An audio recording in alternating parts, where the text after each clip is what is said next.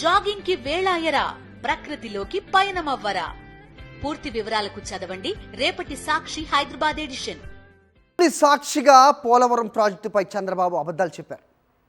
వైఎస్ఆర్ పోలవరాన్ని అస్తవ్యస్తం చేశారంటూ చంద్రబాబు వ్యాఖ్యానించారు. 1995 నుంచి 2004 వరకు సీఎంగా ఉన్న పోలవరం ప్రాజెక్టును ఏనాడు పట్టించుకోలేని చంద్రబాబు 2004లో వైఎస్ఆర్ సీఎం అయ్యాకే పోలవరం కుడి ఎడమ కాలువల తవ్వకాలు మొదలయ్యాయని విస్మరించారు. కావాలని మర్చిపోయారు. ప్రాజెక్టు కావాల్సిన కీలక అనుమతులు తెచ్చింది మహానేత వైఎస్ఆర్ అనే అంశం ప్రజలందరికీ తెలిసిన విషయమే.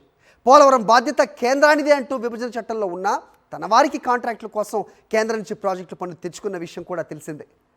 రైట్, మరిన్ని అప్డేట్స్ మా కరెస్పాండెంట్ రవీందర్ ఇస్తారు. రవీందర్, చెప్పండి. పోలవరానికి వాస్తవ రూపం తెచ్చిందే వైఎస్ఆర్ అనేది రాష్ట్ర ప్రజానీకానికి అందరికీ తెలుసు. అలాంటిది ప్రస్తుతం అసెంబ్లీ సాక్షిగా చంద్రబాబు ఆడుతున్న అబద్ధాలని ఏ రకంగా చూడాలి? ఏంటి మీ విశ్లేషణ? ఖచ్చితంగా గారి, ఎందుకంటే గోబెల్స్ ప్రచారం ఏదైతే ఇప్పటివరకు చెప్పుకుంటూ ఉన్నారో పచ్చి అబద్ధాలను కళ్ళార్పకుండా చెప్పడంలో ముఖ్యమంత్రి చంద్రబాబు గోబెల్స్ని మించిపోయారనేటువంటి ఒక నానుడు ఏదైతే ఉందో అది నిజమని మరోసారి నిరూపించారు. పోలవరం మీద అసెంబ్లీ సాక్షిగా ఆయన చేసినటువంటి పచ్చి అబద్ధాలు, ఆరోపణలు ఏవైతే ఉన్నాయో అవి చూసిన తర్వాత ఇటు వైఎస్ఆర్ కాంగ్రెస్ పార్టీతో పాటు రాష్ట్ర వ్యాప్తంగా ప్రజలందరూ కూడా ముక్కును వేలేసుకుంటున్నటువంటి పరిస్థితి. ఎందుకంటే అసలు జలయజ్ఞంలో భాగంగా వైఎస్ రాజశేఖర రెడ్డి గతంలో 2004లో దాన్ని పోలవరం ప్రాజెక్టు నిర్మాణానికి శంకుస్థాపన చేశారు. ఆ తర్వాత కీలకమైన అనుమతులు తీసుకొచ్చారు.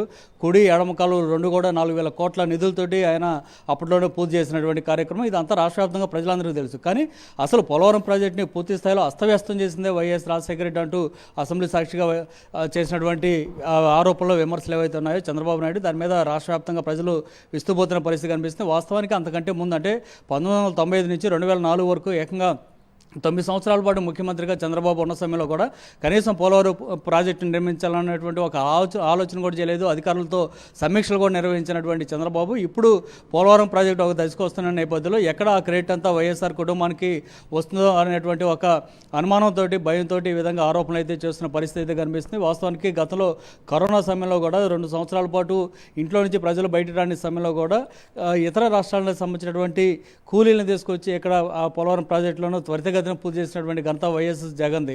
కానీ వాటన్నిటిని కూడా విస్మరించి పూర్తిగా పోలవరం ప్రాజెక్టును నేనే నిర్మించానని చెప్పుకునేందుకు పచ్చి అబద్ధాలు పోలవరం ఇక్కడ అసెంబ్లీ సాక్షిగా చంద్రబాబు అయితే చేశారు. గతంలో మనం చూసాం, ప్రధాని నరేంద్ర మోడీ సైతం పోలవరాన్ని ఏటీఎం లాగా చంద్రబాబు వాడుకుంటున్నారంటూ గతంలో ఆయన చేసినటువంటి విమర్శలు కూడా మనం గుర్తించుకోవాల్సిన పరిస్థితి అయితే ఉంది.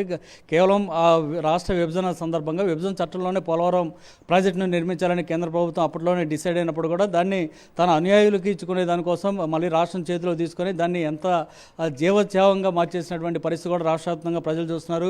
ఎప్పుడు ఇంకా పోలవరం పూర్తి చేస్తారనేటువంటి ప్రశ్న రాష్ట్ర ప్రజల నుంచి, రైతాంగం నుంచి వస్తున్న నేపథ్యంలో దానికి సమాధానం చెప్పలేక ఈ డైవర్స్ రాజకీయాలు అయితే చేస్తున్నారు. అందులో భాగంగా అసెంబ్లీని వేదికగా చేసుకొని పచ్చి అబద్ధాలు అయితే ఆడుతున్నారు. వాస్తవానికి అసెంబ్లీలో ప్రతిపక్ష నాయకులు ఎవరు కూడా ప్రతిపక్షం అనేది అక్కడ లేకుండా ఉంది. పూర్తిగా బాయ్కాట్ చేసినటువంటి పరిస్థితి. సో ఇక ప్రతిపక్షం కూడా ప్రశ్నించే పరిస్థితి లేదు కాబట్టి మనం ఏ అబద్ధం చెప్పినా అదే నిజమని రాష్ట్ర వ్యాప్తంగా ప్రజలు అనుకుంటారనేటువంటి ఒక కారణంతో ఈ విధంగా పచ్చి అబద్ధాలను అసెంబ్లీ సాక్షిగా చంద్రబాబు చేస్తున్నారని స్పష్టమవుతోంది. All right, Ravinder, thanks for the inputs.